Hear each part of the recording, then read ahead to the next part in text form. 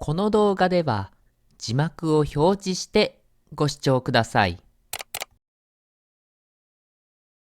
東武鉄道、それは日本の大手私鉄の一つであり、東京都、埼玉県、千葉県、栃木県、群馬県の1都4県に12の鉄道路線を運営している鉄道会社の名前である。総営業距離は 463.3km。この長さは日本の大手私鉄の中では近鉄に次いで2番目の長さである。もちろん関東地方にある鉄道会社の中では一番長い。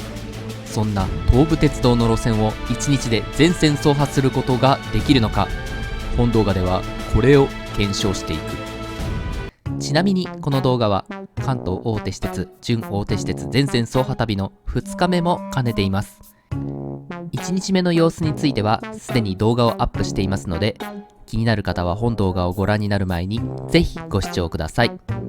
はい、皆さんおはようございます。現在埼玉県の寄居駅に来ています。本日は2022年の1月7日、関東大手私鉄、準大手私鉄全線走破旅2日目の旅となります。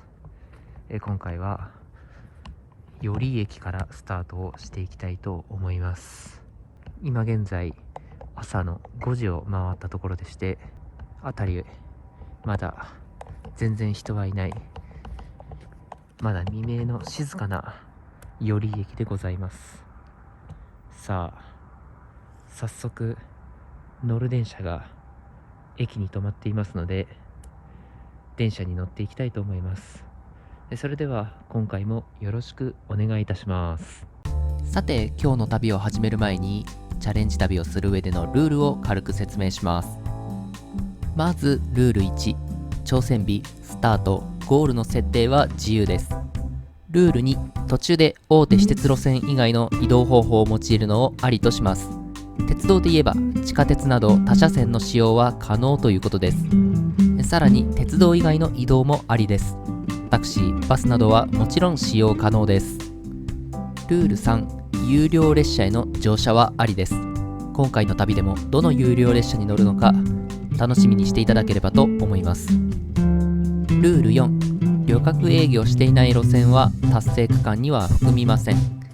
貨物線や自然災害により不通となっている区間は達成条件には含みません。最後にルール5、全線走破における各区間の達成条件はある駅構内から別の駅構内に移動することとします。言い換えると A 駅から B 駅までの間を走破する際、A 駅の構内から B 駅の構内まで移動したときにその区間を走破したことにするということです。たとえ A 駅または B 駅が通過線などを保有していて、列車がホームと接していない線路を通ったとしても、列車がその駅の構内を通っていれば列車がその駅を通ったとみなします。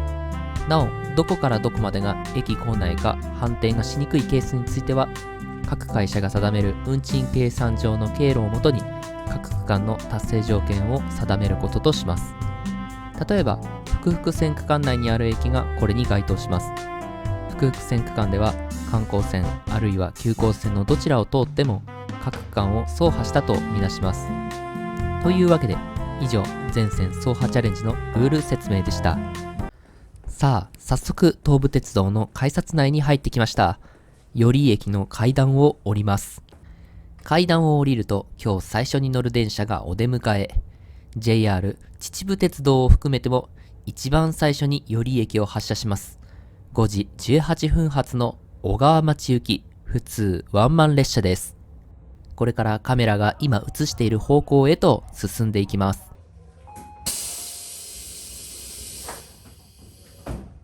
さあ、今日1日目のドア開閉が完了。東武鉄道の攻略スタートです。さて、列車は寄居駅から少し進んで南寄居駅に到着しました。寄居小川町間の見どころとしてこの駅を外すことはできないでしょう。この駅は自動車メーカーのホンダ技研工業からの青函駅として2020年に開業しました。東武東上線の新駅としては2002年の月の輪駅以来18年ぶりとなります。さあ、間もなく小川町駅ですが、車内の混雑はこんな感じ。終電からかなりの乗客数であることがお分かりいただけるかと思います。終点の小川町駅に無事到着しました。駅名標を軽く撮影。列車到着から1分でホーム反対側に停車中の池袋方面行きの電車が発車します。小川町駅を5時35分に発車する急行の池袋行きです。列車は未明の東上線をかけていきます。小川町駅を出てしばらくすると、進行方向右側に列車が多数停車している光景が見えました。こちらは森林公園研修区という東武鉄道の車両基地です。列車は森林公園駅に到着。ここから列車の本数がさらに増えます。おはようございます。ご乗車ありがとうございました。坂戸です。小野線はお乗り換えです。さあ、目的地に到着しました。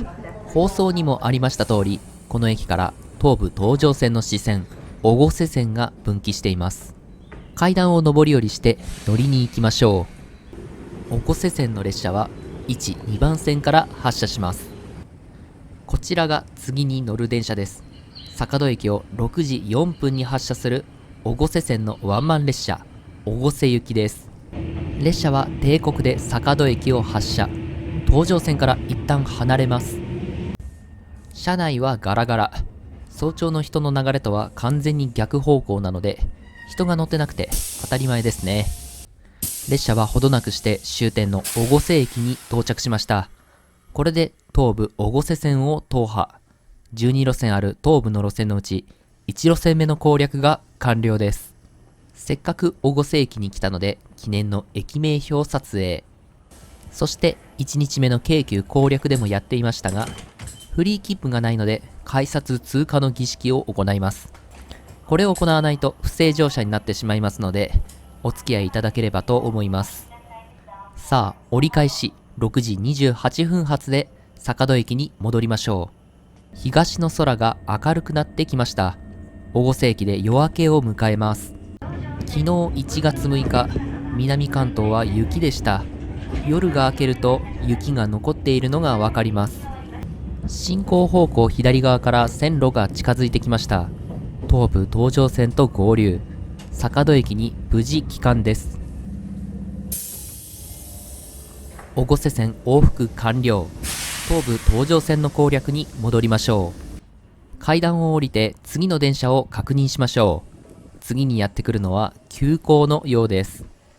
列車がやってきました。平日の朝ラッシュの通勤通学の波とともに都心を目指します。坂戸駅を6時52分に発車する急行の池袋行きです。さあ、朝日が眩しい朝の東武東上線をひた走ります。運転手さんにとっては前が見にくくて嫌でしょうね。安全運行を願いつつ進んでいきます。列車は間もなく川越市駅に到着します。森林公園駅に続き、ここから列車の本数がさらに増えます。そして列車は川越駅に到着です。この駅が東武東上線の途中駅の中で特に利用者の多い駅です。この駅で JR 川越線に乗り換え、大宮方面に向かうことが可能です。川越駅を出ると列車は急行運転を開始し、途中の駅を通過し始めます。とはいえ、朝は列車の本数が多いので、速度はあまり高くありません。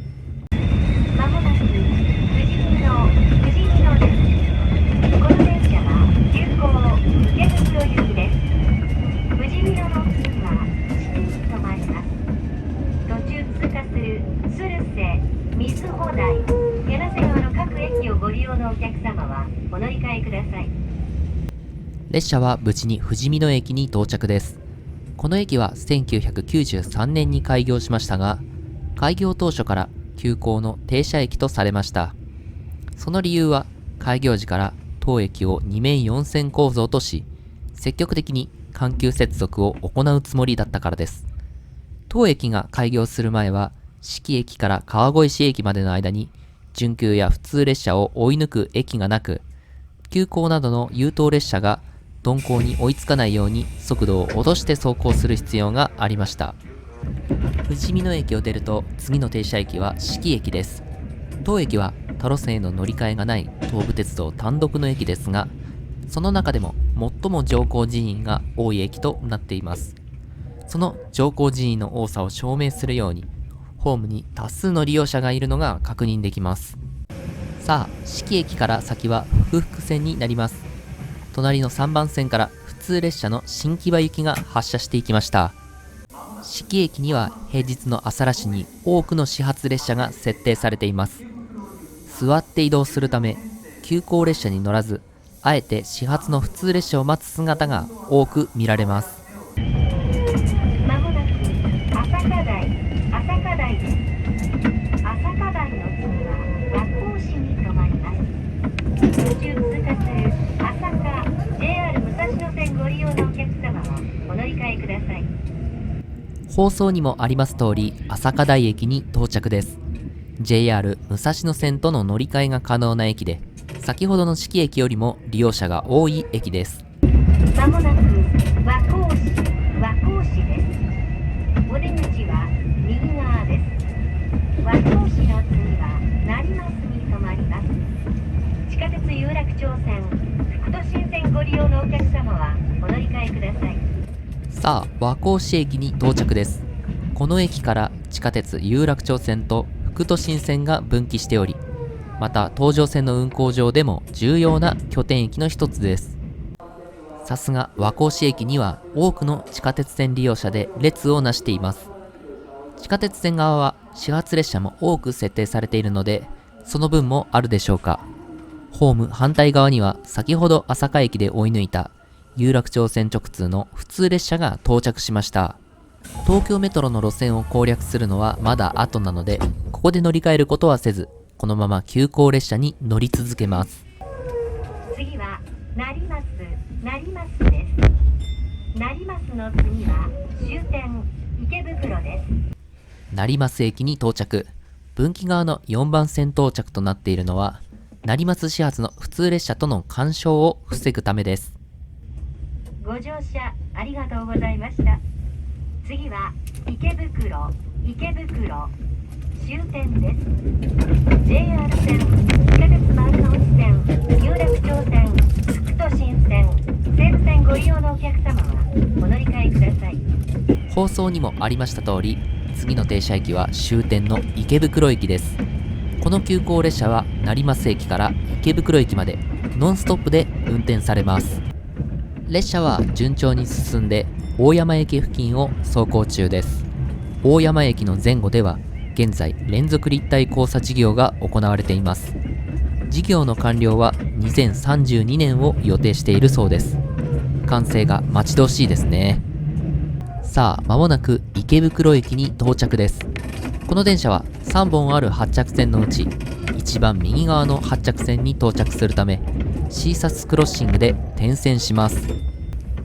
列車は勢いよく池袋駅に入線。車止めにぶつかってしまうのではないかというぐらい速いですが、そこはしっかり保安装置のおかげで安全に減速、停車してくれます。終点池袋駅に無事到着しました。2分遅れでの到着です。おはようございます。池袋終点です。お忘れ物をなさいませんようにお願いください。お世話になった列車のご尊顔をバッチリ撮影。ありがとうございました。さて、池袋駅到着をもって2路線目、東武東上線を制覇しました。これで越生線を含め東上線系統の攻略完了です。東上線系統の攻略が完了したら、次はいよいよ本線系統を攻略します。東上線系統の路線と本線系統の路線は直接つながっていないため、ここ池袋駅から東上線以外の他車線を利用しないといけません。通路には人が少ないので、走って次の路線を目指します。見つけました。改札口。東京メトロの改札内に入ります。階段を降りると、もう丸の内線の電車が発車しようとしています。申し訳ない。乗せてくれ。はい、どうしております。貸してください。はい、どうしております。ほんと申し訳ねえ。でも待っていてくれてありがとう。感謝です。さあ、混雑に揉まれながら丸の内線で東に進みます。いやはやすごい混雑だった。下車したのはお茶の水駅です。ここで次の路線に乗り換えます。丸の内線を降りたら地上に上がって明大通りのお茶の水橋を徒歩で渡ります。前日の雪で路面が凍っているので滑って転ばないように気をつけて渡ります。ちなみにこの橋は1931年に建設された橋で、1944年まで東京市電という路面電車が運行されていました。2020年の橋の路盤強化工事でアスファルトを剥がした際、その下から都電のレールや敷石が現れたことは記憶に新しいかと思います。さあ、橋を渡りきると JR のお茶の水駅に到着です。ホームに降りるとすぐに列車がやってきました。定刻より6分遅れでの到着となります。お茶の水駅を8時ちょうどに発車予定だった中央総武各駅停車の西船橋行きです。列車は通勤の流れとは逆方向に進んで、現在両国駅付近を走行中です。今目の前に見える緑色の建物は両国国技館です。そして今目の前に見えているホームは両国駅の3番線です。定期旅客列車の発着が1本もないため、通常は立ち入ることができません。さらに進むと地下から線路が2本上がってきました。こちらは総武本線の快速線の線路です。現在乗車中の総武本線は次の錦糸町駅から途中の千葉駅まで複々線となります。次は亀戸。お出口は右側です。お茶の水駅から10分ほど乗り続けて下車したのは亀戸駅です。この亀戸駅から東武線が伸びています。改札を見つけました。 IC で通過します。さあ、ここ亀戸駅から本線系統の攻略を開始します。最初に乗車するのは亀戸線です。亀戸駅を8時19分に発車する普通列車の曳舟行きです。お待たせいたしました。東武鉄道をご利用いただきましてありがとうございます。この電車は曳舟行きです。次は亀戸水神です。さて、亀戸駅を無事定刻で出発しました。左へとカーブして JR 総武本線と分かれます。東武亀戸線は1904年に開業した路線です。開通当時は東武鉄道線として本線級の扱いでしたが、現在は曳舟駅から分岐する支線扱いとなっています。さあ、間もなく終点の曳舟駅に到着です。歴史は非常に長い亀戸線ですが、路線長はわずか 3.4km の短い路線です。乗車時間はわずか7分。あっという間です。これで12路線中3路線を完乗しました。階段を上り下りして3、4番線にやってきました。ここで浅草に行くのか押上に行くのか2通りの選択肢があるかと思いますが、今回は先に浅草方面を攻略します。曳舟駅を8時29分に発車する区間急行の浅草行きに乗車します。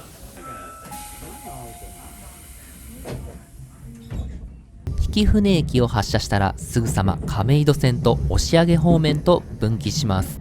そして分岐が終わったところから線路の立体交差事業が行われている区間に突入します。今通過している踏切1箇所を除却するために行われている工事で、これと同時に次に停車する東京スカイツリー駅の移設も予定されています。撮影当時は上り線の構築が進んでいました。そして工事区間を過ぎるとすぐに東京スカイツリー駅に到着。このホームが使用されなくなる日も近いです。ご乗車ありがとうございました。まもなく浅草終点です。都営浅草線、押上、日本橋、泉岳寺方面、地下鉄銀座線、日本橋、渋谷方面ご利用のお客様はお乗り換えです。本日も東武鉄道をご利用いただきましてありがとうございました。さあ、間もなく終点の浅草駅に到着です。次の浅草駅は東武鉄道のすべての駅の中で最も特徴的な駅です。現在、隅田川を横断していますが、この隅田川を渡りきるとご覧の通り左へカーブしていきます。このカーブは半径100メートルの超急カーブであり、制限速度も時速15キロと大変厳しい制限がかけられています。さらにこのカーブの途中から浅草駅のホームに進入します。ご覧の通りホームの先端が急カーブにかかっていることから、これ以上ホームの延伸が不可能な状態です。浅草駅には基本的に20メートル車6両しか入線できず、現在この列車が進入している1番線のみ特例で8両が入線可能となっています。このような非常に厳しい立地構造がこれから攻略する本線系統の路線のダイヤや線路構造に影響を及ぼしています。このような立地面の制約とそれに対する鉄道会社のこれまでの戦いの歴史は大変興味深く面白いです。調べて知るというのも一興でしょう。列車は無事浅草駅に到着。これで東武伊勢崎線の南端部分の攻略が完了しました。浅草駅の建物の外にやってきました。2012年のリニューアル工事により開業時のアールデコ様式の大規模建築物が復元されたため、普通の駅舎とは違う趣のあるものとなっています。さあ、東武浅草駅から別の路線に乗り換えるため横断歩道を渡ります。次に乗る路線は都営浅草線です。改札を通過してホームに降り立つと、ちょうどよく列車が停車しているではありませんか。飛び乗ります。浅草駅を8時44分に発車する普通列車に乗車します。さあ、列車から下車。降り立ったのは押上駅です。今乗ってきた列車は押上駅から京成押上線に直通しますが、京成線の攻略は後回しです。改札を抜けて別の会社の路線を利用します。都営京成の改札を抜けてまた改札を通過。入るのはもちろん東武東京メトロの改札内です。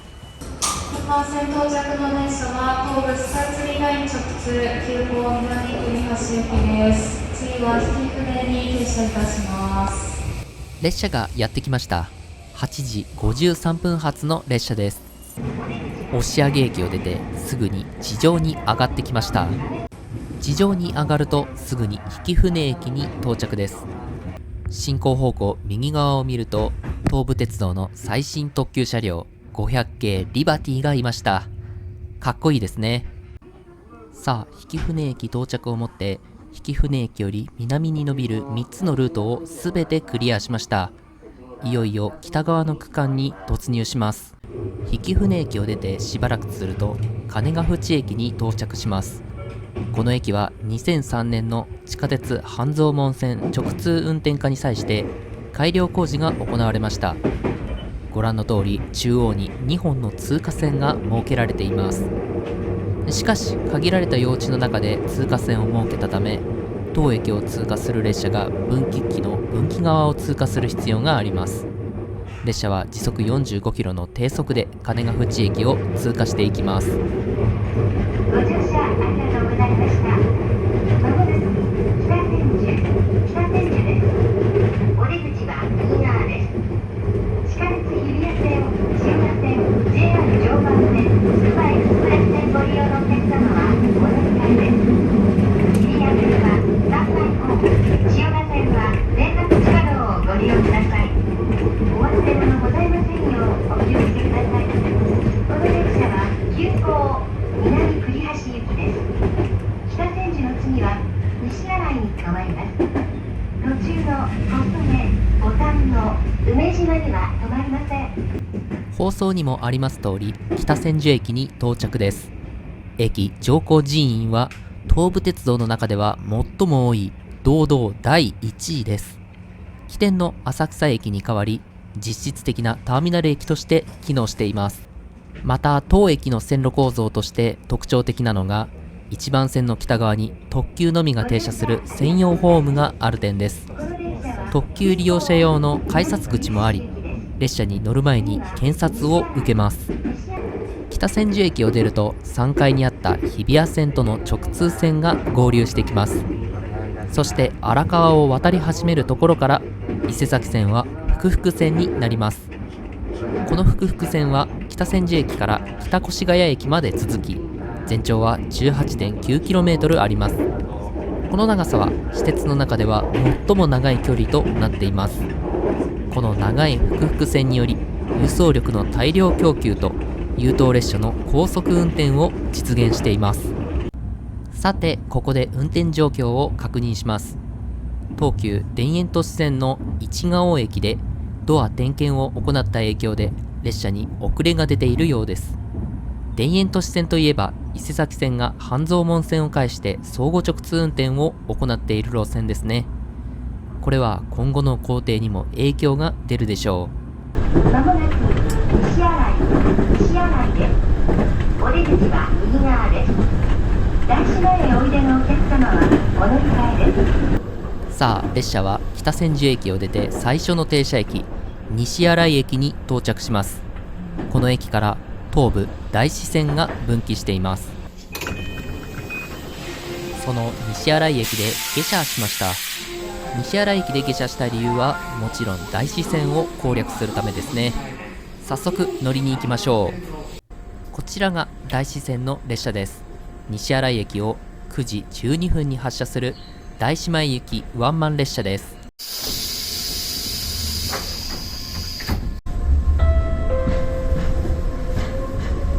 お待たせいたしました。東武鉄道をご利用いただきましてありがとうございます。この電車は大師前駅です。次は大師前終点です。さあ伊勢崎線の攻略を一旦打ち切り大師線を進みます。進行方向右側伊勢崎線の複々線線路が分かれていきます。まもなく大師前終点です。お出口は右側です。お忘れ物ございませんようお気をつけください。本日も東武鉄道をご利用いただきましてありがとうございました。列車はものの2分で終点の大師前駅に到着です。一面2線の島式ホームにすることも可能な構造となっていますが、北側の1線を蓋して一面1線構造となっています。ともあれこれで東武大師線を踏破しました。12路線中4路線攻略完了です。大師前駅に到着したら駅名標をバッチリ撮影。これが大師線を攻略した証明になります。さあ停車時間わずか2分で折り返しの列車が発車します。もちろん乗り遅れずに折り返しの列車に乗車。大師前駅を9時16分定刻で出発です。西新井駅に戻ってきました。大師線の往復完了です。さあ西新井駅から再び伊勢崎線の攻略を行います。急行の南栗橋行きに乗車してさらに北上していきます。西新井駅を出るとすぐに次の竹ノ塚駅で連続立体交差事業が行われています。撮影当時はまだ観光船が供用を開始しておらず、観光船新ホームの建設が行われていました。この電車は急行南栗橋行きです。新越谷の次は越谷に停まります。列車は無事新越谷駅に到着しました。この駅で JR 武蔵野線と乗り換えが可能です。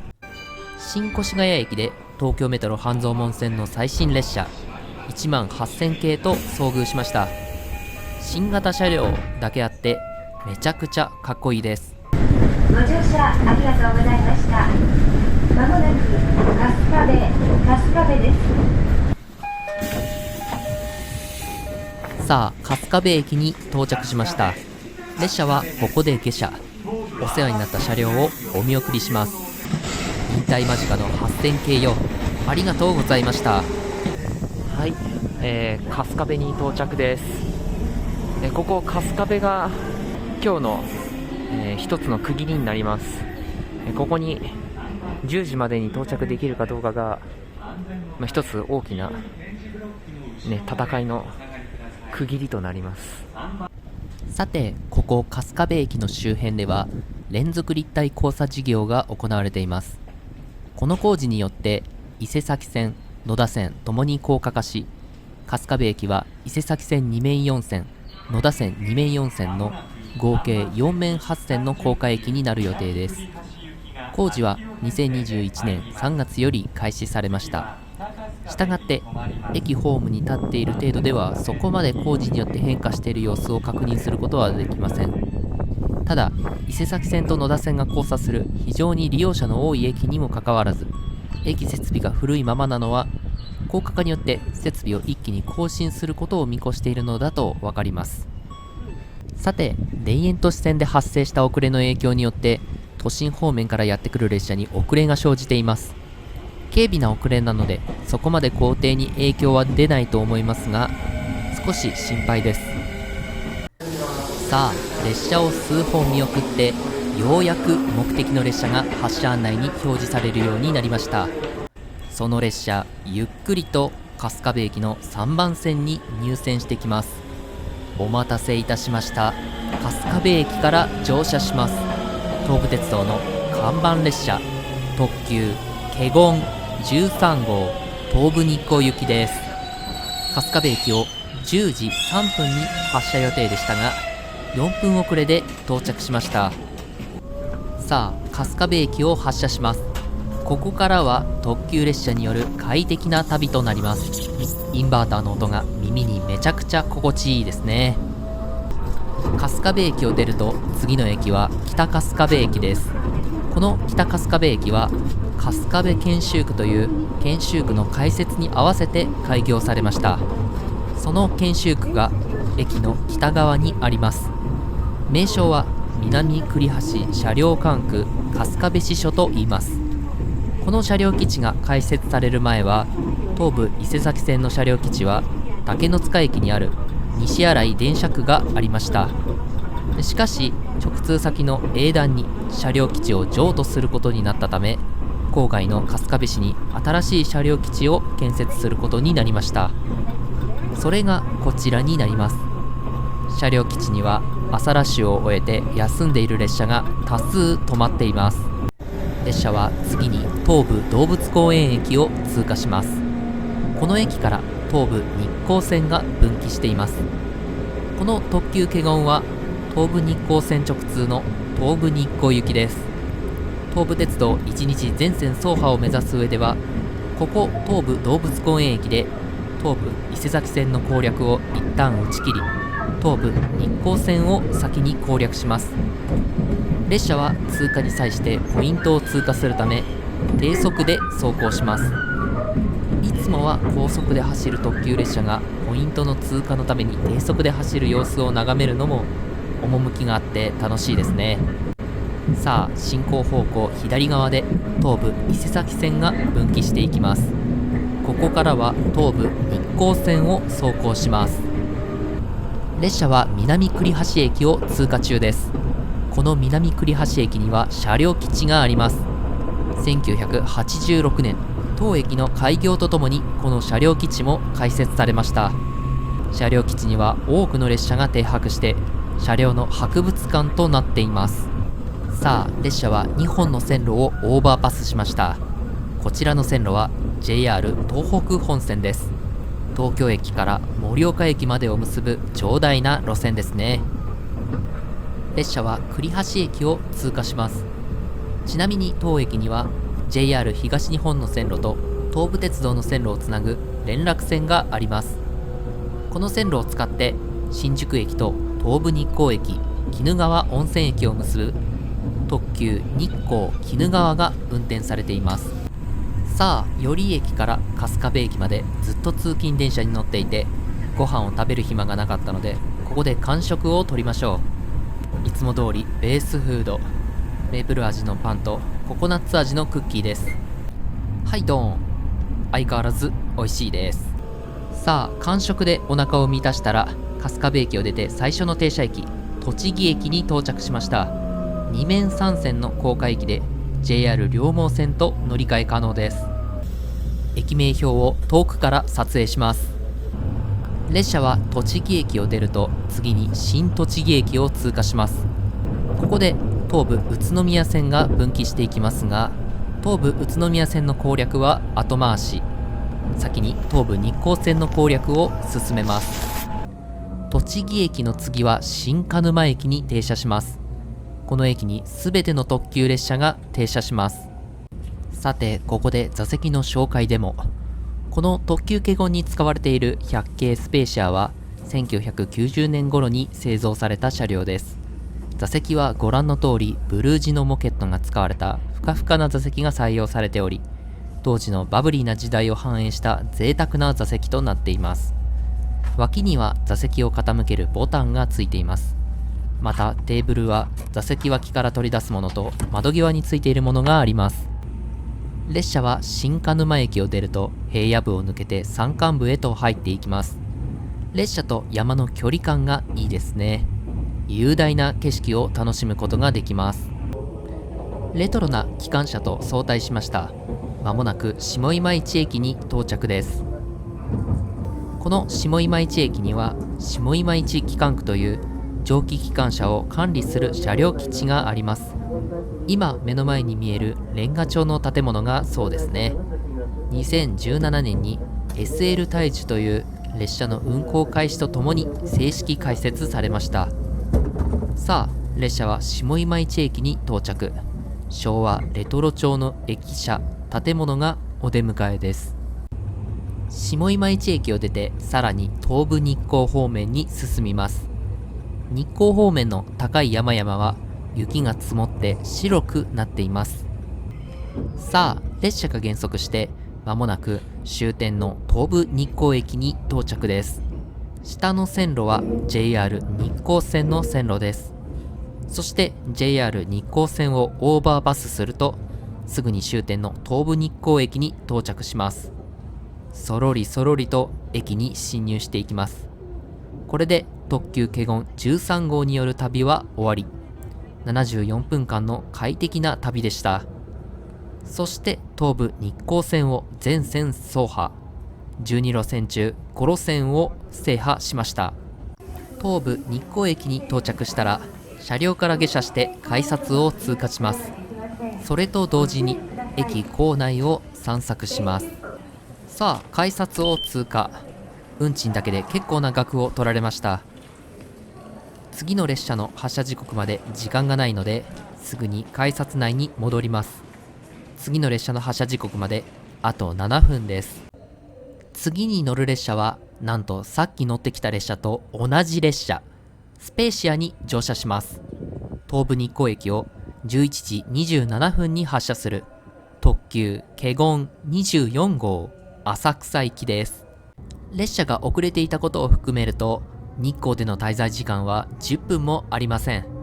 日本有数の観光地なのにわずか数分で去らなければならないとは、全線走破の旅は残酷ですね。いつかゆっくりと観光したい。さあ、JR 日光駅を横目に見ながら東武日光駅定刻で出発です。東武日光駅を出て数分で進行方向左側から線路が近づいてきました。この近づいてくる路線が次に攻略する路線です。列車は東武日光駅から7分で下今市駅に到着します。特急華厳24号はここで下車します。わずか7分の乗車のために特急料金520円を支払って乗車しました。はっきり言って狂気の沙汰ですね。まあこれが必要な工程なので仕方ないでしょう。お世話になった列車をお見送りします。春日部駅から東武日光駅まで、そして東武日光駅から下今市駅までありがとうございました。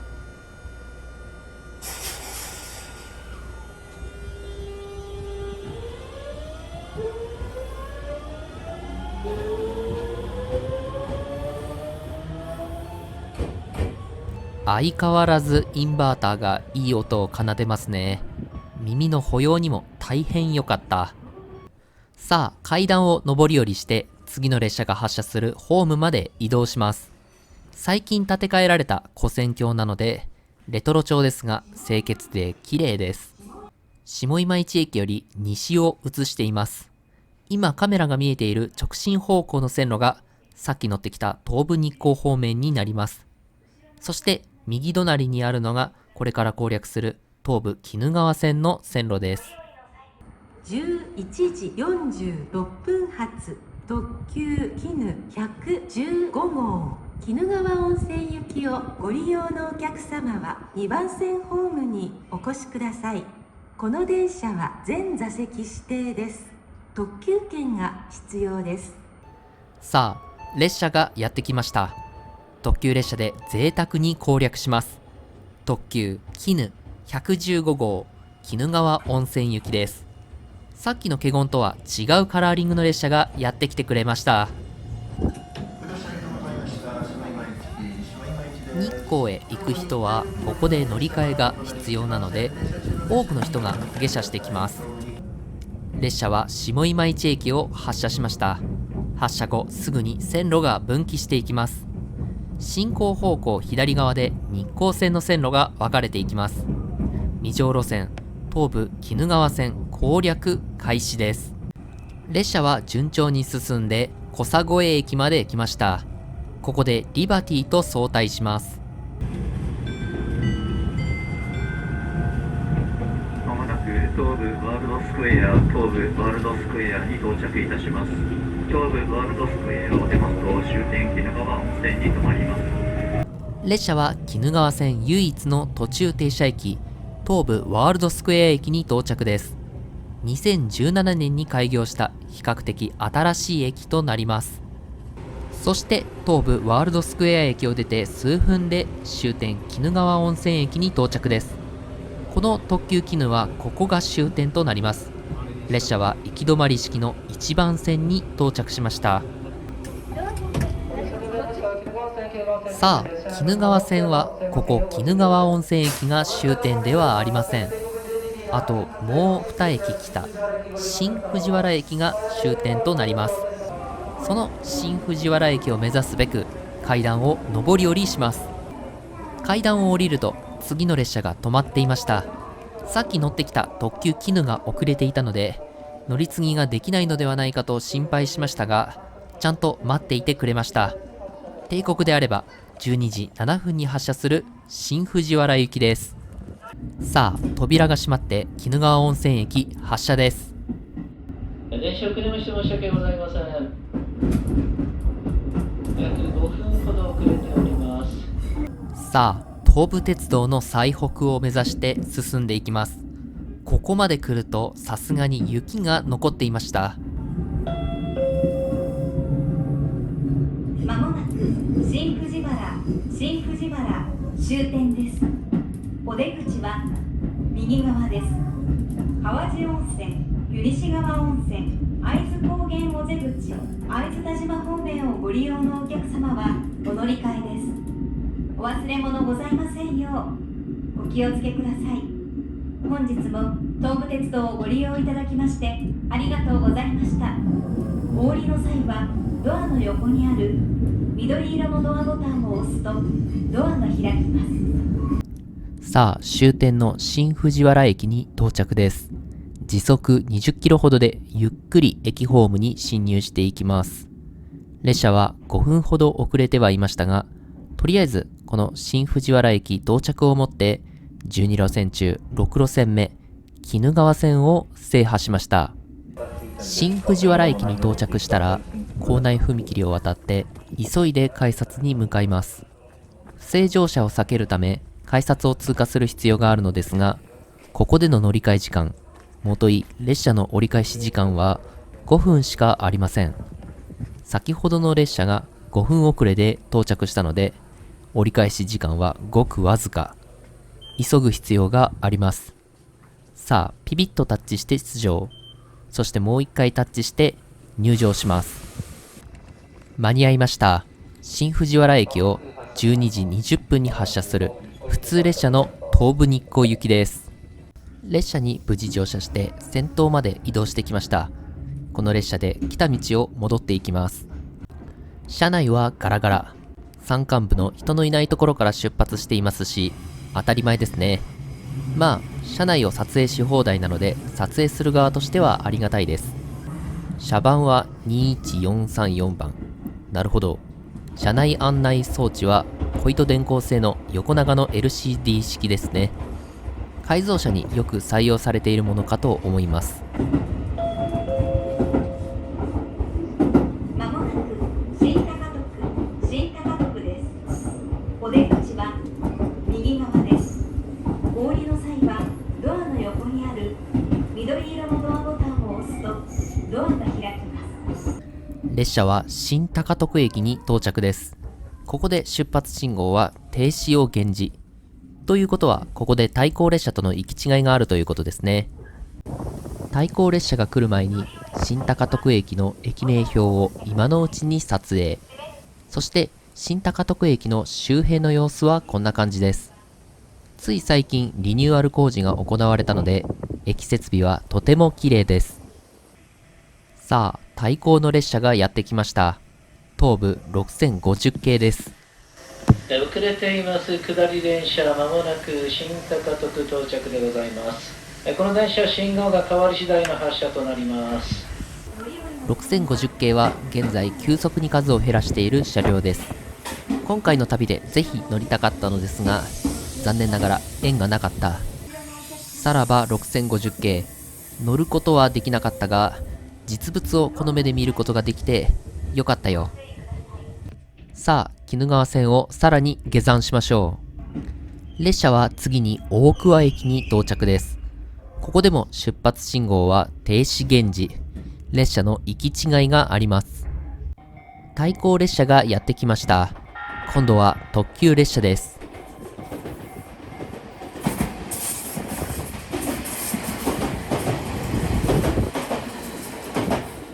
さすが特急列車。かっこいいですね。さて、大桑駅からさらに南下して、ようやく下今市駅に戻ってきました。この電車はここ下今市駅で折り返し東武日光駅に向かうので、2番線に到着します。そして進行方向左側を見ると、4番線に東武鉄道名物 SL 大樹が止まっていました。下今市駅に到着。この列車はここで下車します。乗ってきた列車が到着したら、鬼怒川線の進路が開通するので、対向の SL 列車が発車します。SL が大量の煙を吐くので、辺りが煙たいです。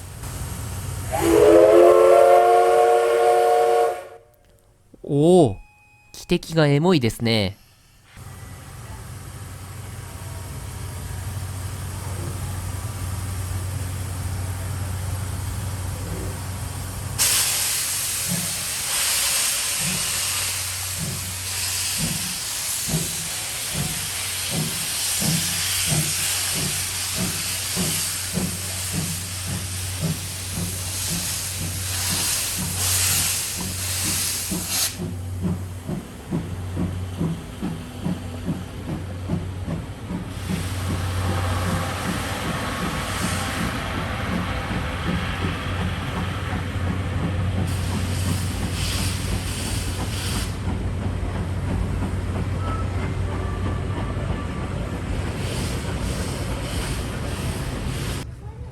SL の出発シーンを堪能したら、改札の外に出ましょう。こちらが下今市駅の駅舎。レトロ調にリニューアルされ、趣のあるものとなっています。下今市駅からタクシーに乗車。SL を堪能しすぎて乗り換え時間がなくなってしまいました。運賃500円は SL 見物料ですね。タクシーを使って向かった先は JR 今市駅です。さあ、電車がやってきました。撮影日は2022年1月7日。引退前だったので乗ることができました。今市駅を13時17分に発車する普通いろは宇都宮行きです。JR 東日本が提供する乗って楽しい列車です。座席のシートモケットはクラシックなデザインとなっています。この列車で宇都宮駅を目指します。さて、特殊な内装をした列車の紹介を。この列車は2018年に開催されたディスティネーションキャンペーンに合わせ導入した車両です。しかし2022年3月のダイヤ改正でこの電車の運用は終了しました。列車は不羽佐見駅に到着しました。そしてここで眠気が襲ってきて眠ってしまいました。眠っている間に終点の宇都宮駅に到着です。終点が目的地なので乗り過ごす心配はありませんでした。さあ、今市駅で購入した切符を通して改札を抜けます。これで改札を通過。嘘、仕方ないな。はい、ということで改札に引っかかりましたが、宇都宮駅に出ることができました。宇都宮駅で次に行くのは当然東武宇都宮駅です。東武宇都宮駅は多分こっちが東京方面で、こっちが仙台方面ですね。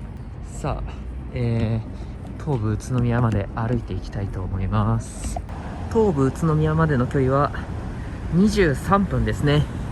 ちょっと急がないといけないかな。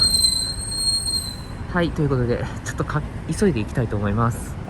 すごい商店街っぽくなったぞ。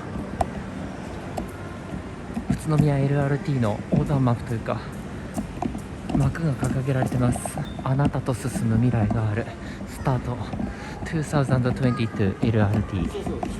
2022年は今年ですよ。今年ついにこの黄色い宇都宮 LRT が開業する予定です。開業が楽しみですね。僕は頑張って歩くけどね。疲れてきたわ。ダメだ、頑張ろう。着いたかな。書いてあるぞ。東武って書いてあるぞ。さあ、入り口はどこだ。東武宇都宮駅、間に合いそうですけれども、さあ頑張って最後歩きましょう。頑張って歩き続けて予定の列車に間に合いました。まだ発車まで1分半ほどあります。改札を抜けましょう。さあ、ここ東武宇都宮駅から再び東武線に乗車します。東武宇都宮駅を14時20分に発車する普通列車の南栗橋行きに乗車して東武宇都宮線を攻略します。東武宇都宮駅を無事に発車しました。発車してしばらくは盛り土区間を走るので見晴らしが良いです。逆光が眩しいです。しばらく撮影に不向きな状況が続きます。列車はおもちゃの町駅に到着しました。ここで列車の行き違いを行います。東武宇都宮線に使われている車両はかつて日比谷線との直通運転に使われていた車両です。さあ、進行方向右側より線路が合流してきました。先ほど通った東武日光線です。列車は新栃木駅に到着。これで東武宇都宮線を全線制覇しました。東武線12路線中7路線制覇です。新栃木駅到着後は列車は東武日光線に直通します。新栃木駅を出てしばらくすると高架区間を走行するようになります。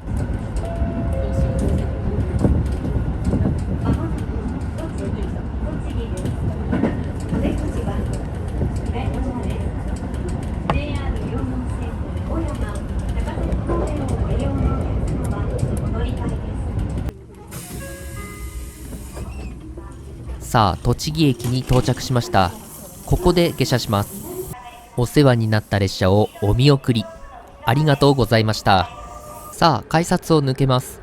ここで一旦東武線を離れます。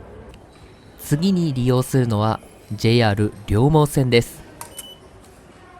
発車は両方向とも15時13分発です。列車がやってきました。高崎方面の列車に乗車します。編成が短いのか予想より手前で止まってしまいました。電車の方に向かいます。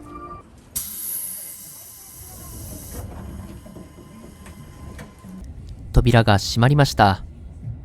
JR 両毛線で次の東武線までショートカットします。次は大平下です。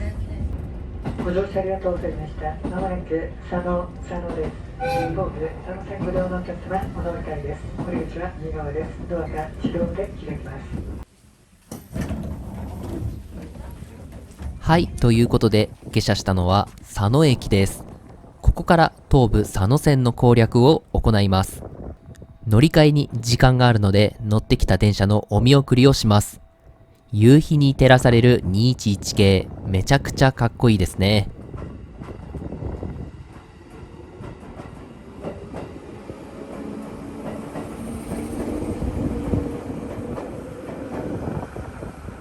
さあ、こちらが佐野駅のコンコースです。そして JR 線の隣に東武線の乗り場があります。改札を通過、階段を降ります。佐野駅に到着してから18分、目的の列車がやってきました。佐野駅を15時46分に発車する普通列車の久津行きです。途中の吉水駅で対向列車と相対します。対向の列車は1万系電車です。佐野駅を出てしばらくすると終点の久津駅に到着です。ここが東武佐野線の終点になります。久津駅はかつて巨大な貨物ターミナルでした。貨物廃止後、跡地にはメガソーラーが稼働しています。終点の久津駅に到着しました。ここで下車する必要があります。記念の駅名標撮影もバッチリ行います。さあ、改札を通過する儀式。駅前をちょこっと撮影して再び構内に戻ります。列車に戻ってきました。久津駅を15時46分に発車する普通列車の館林行きです。山陽新幹線新神戸駅でもかつて流れていた静かな湖畔の森の陰からが流れています。このメロディーは発車メロディーではなく、運転士に出発信号機が開通したことを知らせるものらしいです。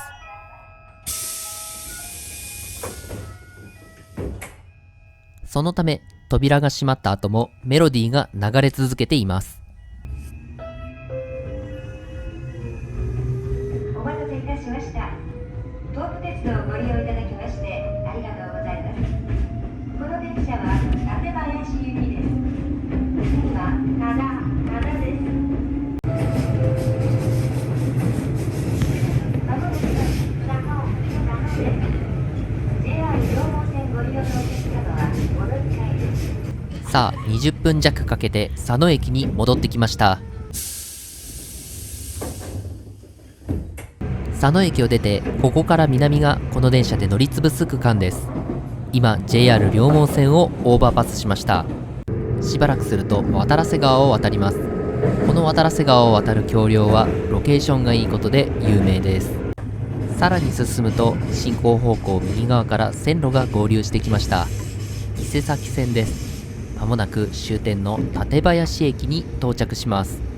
さあ、終点の館林駅、行き止まり式の1番線に到着です。これで12路線中8路線目、佐野線を制覇しました。館林駅の駅名標を撮影。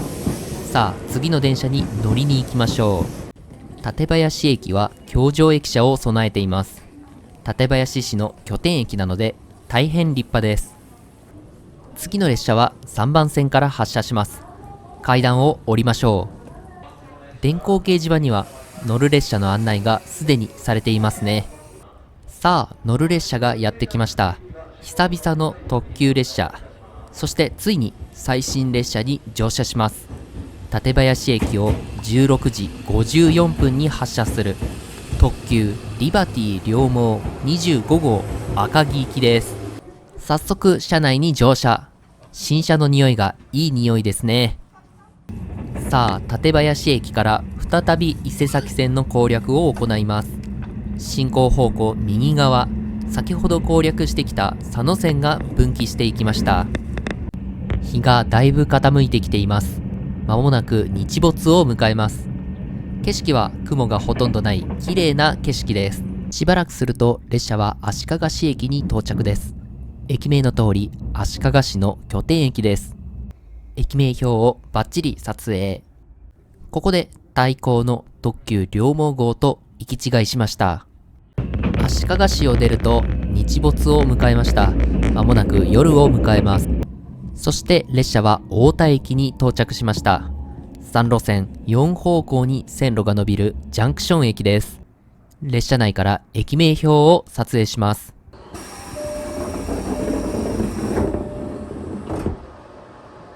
さあ、扉が閉まりました。太田駅でリバティ両毛号を下車せず、そのまま乗り続けます。進行方向左側で線路が分岐していきました。あちらの線路は伊勢崎線です。列車は太田駅から桐生線に直通します。リバティ両毛号は3両編成が2本連結された6両編成です。今撮影しているのはその連結部の様子です。通路が非常に狭いのがわかります。渡ってみましょう。まあ特に何もないわけですが、この連結部の狭い通路が好きだという鉄道ファンもいらっしゃるので、世界の広さを感じさせてくれます。さあ、電車は路線名の由来となっている新桐生駅に到着です。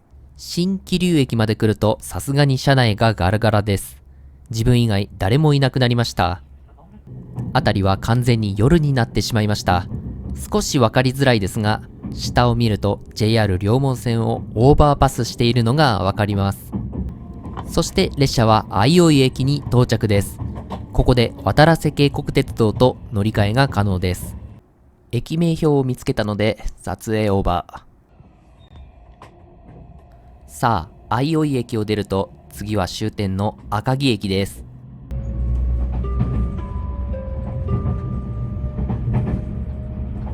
まもなく終点赤城に到着いたします。上毛電鉄をご利用のお客様はお乗り換えです。さあ、到着しました。終点の赤城駅です。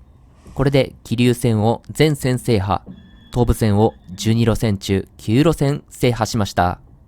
赤城駅に到着したら列車から下車します。車両の愛称を軽く撮影。かっこいいロゴです。そして改札を出る前に上毛電鉄の構内踏切を渡ります。面白い構造をしていますね。改札を通過。歓迎上州の野節レア101昭和3年製造吊り掛け式車両体験乗車ありがとうございました。またのお越しをお待ちしております。上毛電気鉄道リバティ両毛で来たんだけどな、僕は。さあ、次に乗車するのはその上毛電気鉄道です。東武桐生線で来た道を戻りません。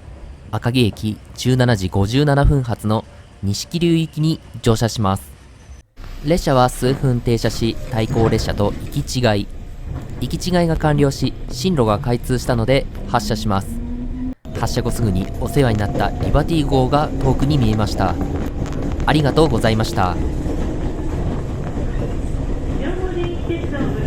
さて、赤城駅から東へ進んでいるわけですが、乗っている電車は走る水族館と呼ばれる特別なラッピングをした電車です。車内にはたくさんの海産動物のイラストシールが貼られています。まさしく水中にいるような感覚になりますね。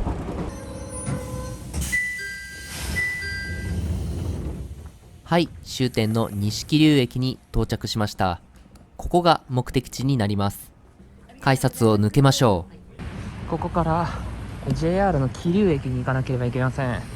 電車は、ワンマン電車特有のお客さんとのやり取りで手間取りまして4分遅れで到着しました。若干急いで行かないといけないと思いますので、地図を見ながら行きたいと思います。いやー、夜だ。暗いけど頑張ろう。う。少し急ぎ目に歩いて JR 桐生駅の手前の交差点まで来ました。地方の駅ですが賑わいがあります。はい、ということでJR 桐生駅普通に間に合いそうです。よかったー。北口というか高架駅になってて北から入れるんですね。よかったよかった。いや JR 両門線の地方の路線なのに高架橋だよ。立派だ。素晴らしい。はい、ということで JR 桐生駅から両門線に乗っていきます。駅ホームに上がってきました。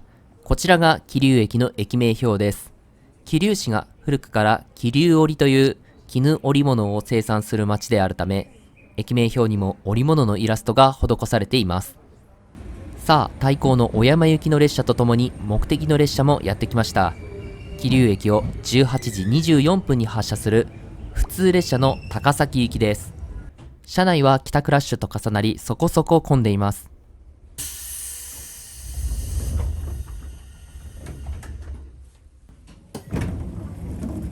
さあ、目的地に到着しました。下車するのはもちろん伊勢崎駅です。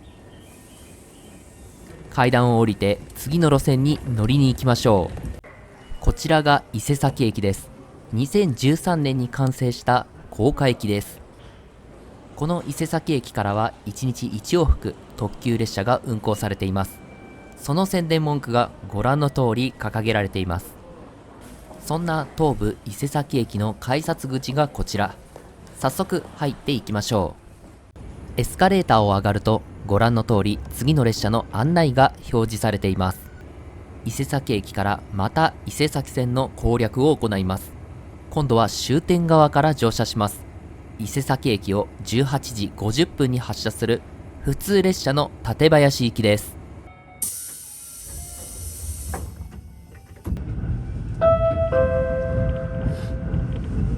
お待たせいたしました。東武鉄道をご利用いただきましてありがとうございます。この電車は館林行きです。次は新伊勢崎です。さて、夜の伊勢崎線を走ります。8000系は前面が複層ガラスになっているのか、カメラをガラスに押し付けても反射光がカメラに入ってしまいます。撮影しにくい車両は歓迎しないですね。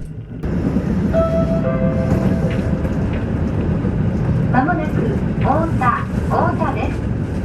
桐生線、新桐生、赤城方面、小泉線、有馬方面ご利用のお客様はお乗り換えです。さあ、太田駅に到着です。分かりにくいですが、進行方向左側から桐生線の線路が合流してきました。乗り換えに時間があるので列車のお見送りをします。さらば、残念ながら足利市方面は攻略済みなのでここでお別れだ。次の電車は5番線から発車します。発車時刻は19時28分です。階段を上がるとすでに列車は5番線に停車していました。次に攻略するのは小泉線です。車内は結構空いています。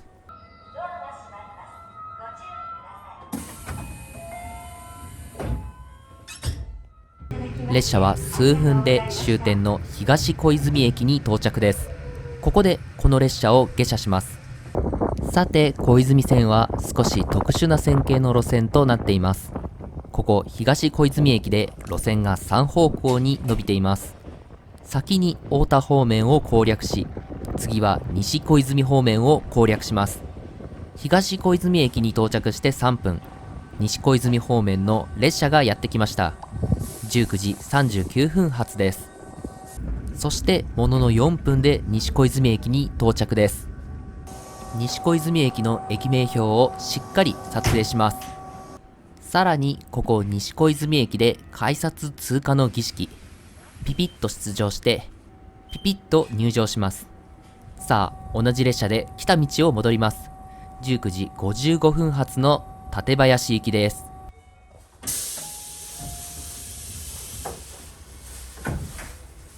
さあ、東小泉駅に戻ってきました。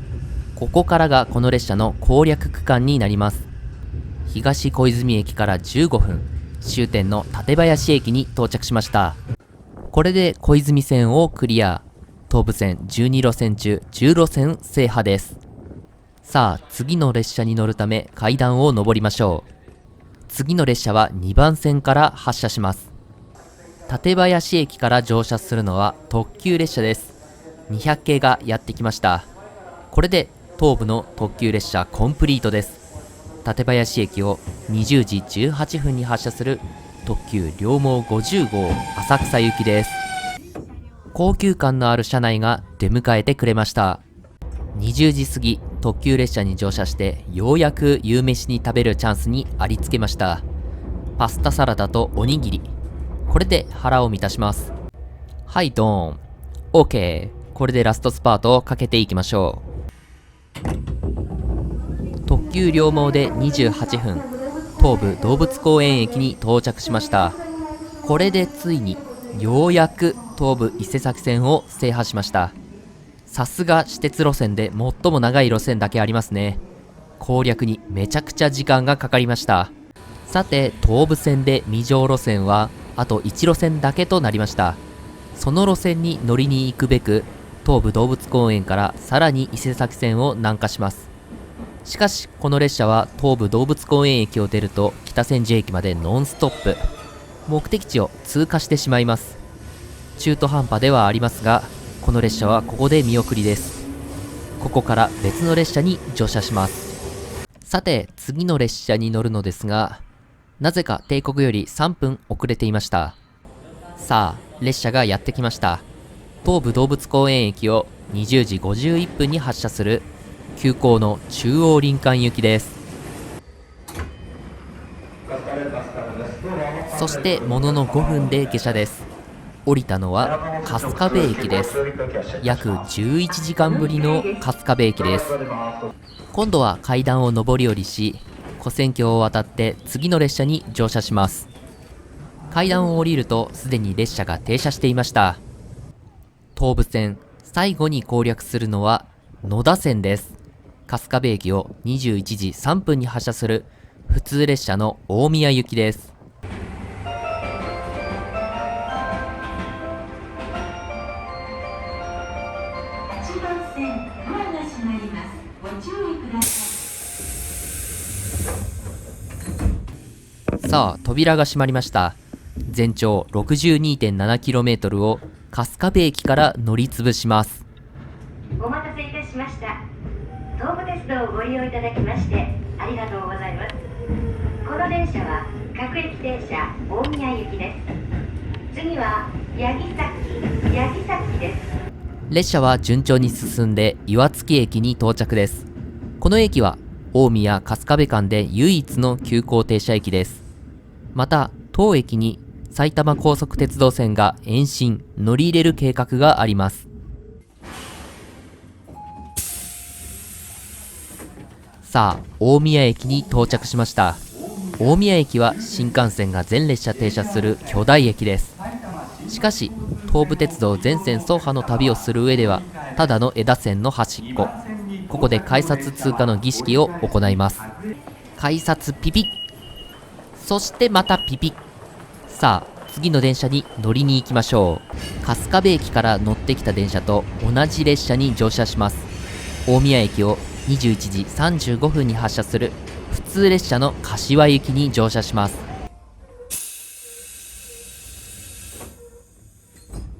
お待たせいたしました。東武鉄道をご利用いただきましてありがとうございます。この電車は各駅停車柏行きです。次は北大宮です。さあ春日部駅に戻りました。ここから東の区間がこの列車で乗り潰す区間となります。春日部駅を出ると野田線は伊勢崎線をオーバーパスするため勾配を上ります。若干見晴らしが良くなってますね。そして東武伊勢崎線をオーバーパスしました。さらば伊勢崎線。列車は七高台駅に到着です。ここには南栗橋車両管区七高台支所という車両基地があります。そして少し飛びまして流山大高の森駅に到着です。ここでつくばエクスプレス線と乗り換えることが可能です。流山大高の森駅を出てしばらくすると終点の柏駅に到着です。柏駅は野田線の途中駅ですがこの列車は当駅で終点です。ここで別の列車に乗り換えます。さあ歩いて次の列車に乗りに行きましょう。次の列車は今停車している左側の列車です。右側の列車はさっき乗ってきた列車ですね。柏駅を22時44分に発車する普通列車の船橋行きで東武線全線の環状を目指します。隣の高柳行きは最新列車の6万系ですね。最新列車にはぜひ乗りたかったのですが今回乗ることができなくてとても残念です。さあ柏駅を無事定刻で発車しました。柏駅を出ると隣に JR 常磐線が見えます。柏駅を出てまずは高柳駅です。この駅は坂西むつみ間の複線化に合わせ橋上駅舎化と2面4線化が行われました。急行列車も停車するようになったので今後利用者はぐんぐん増えるでしょう。次は新鎌ヶ谷駅です。ここでは北総鉄道線と新京成線に乗り継ぎできます。そして終点船橋駅に到着です。これで野田線を全線制覇、かつ東武鉄道12路線全線を1日で制覇しました。ゴールの駅名表をバッチリ撮影します。さあ改札を通過して東武線を抜けましょう。ピピッとな。よっしゃー、これで東武線完全制覇。長かった旅路もこれでおしまいとはいかないんだな。これが皆さんこの動画で最初に言ったことを思い出してください。この動画は関東大手私鉄準大手私鉄全線走破旅の2日目も兼ねています。東武鉄道1日全線走破は完了しましたが、関東大手私鉄準大手私鉄全線走破の旅はまだ途中です。ここ船橋駅から徒歩圏内にある別の駅から5社目の攻略を開始します。5社目の攻略会社のスタートは京成船橋駅です。そう、次に攻略するのは京成電鉄です。すでに時間は23時24分。先発の列車は23時21分発。どうやら列車が遅れているようです。まもなく2番線には遅れておりました通勤特急京成成田駅が到着いたします。本日京急線内にて発生いたしました人身事故の影響を受けまして左方面の電車に遅れが発生しております。ご視聴のところお客様にはおかねご迷惑をおかけいたします。恐れ入りますが到着まで2番線ホームにてお待ちください。さあ電車がやってきました。1日目に乗った列車から数えて89本目の列車、8分遅れで到着しました。京成船橋駅を23時21分に発車する通勤特急の京成成田行きです。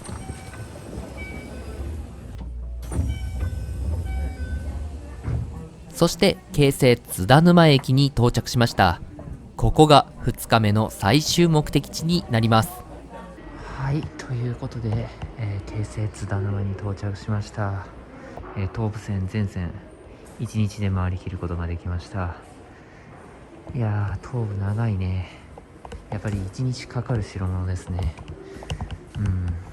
まあでも11時台に船橋に着いたんで、名鉄や近鉄に比べると非常に楽な1日全線走破旅だったかなというふうに思います。とりあえず京成の京成津田沼駅に来まして、今日一日終わりです。ご視聴ありがとうございました。もしよければね、チャンネル登録と高評価よろしくお願いいたします。僕は明日に備えて宿で寝たいと思います。それではご視聴ありがとうございました。またの動画でバイバイ。